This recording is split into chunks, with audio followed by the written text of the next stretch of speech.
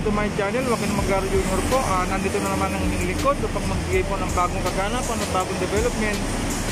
Dito nga po sa Unified Grand Central Station, katulad po nakikita nyo, malapit na po ito matapos. Yan po, dito lamang po ito sa pagitan po ng SM North at Trinoma, sa may North EDSA po.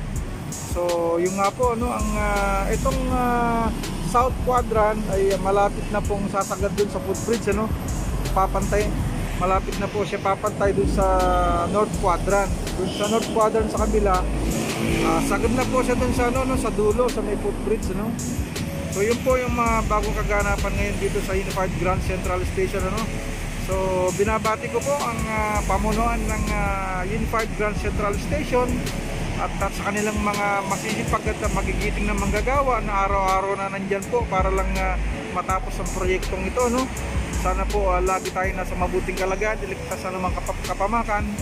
At siyempre binabati ko po ang kanilang mga safety officer, siyempre ang safety engineer, para po para sa kaligtasan ng manggagawa. Kaya po sila lagi nandyan para tsakin ng kaligtasan ng paggawa, siyempre ganun din sa kanilang mga security guard na nagbabantay po dyan, siyempre para mapangalagaan ng kagamitan ng construction, So binabati ko po kayong lahat.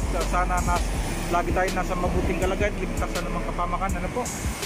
So muli, si Joaquin Magaro Jr. po, nagpapasalamat ako sa aking mga viewers, sa mga sumusuporta sa channel Joaquin Magaro Jr. Sana patuloy niyo pag-suporta ng aking channel. At patuloy ko rin po kayong hatiran ng bagong kaganapan, ng bagong development dito nga po sa Unified Grand Central Station.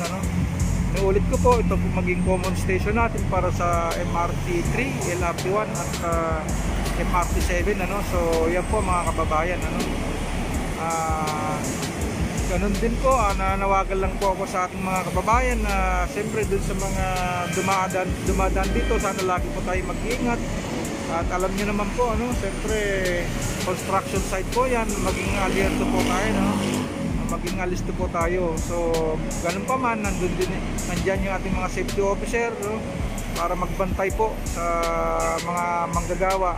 Siyempre ganun din sa mga safety engineer na nagpaplano para sa kaligtasan ng paggawa, So ingat-ingat lamang po, So isang mapagpalang araw po.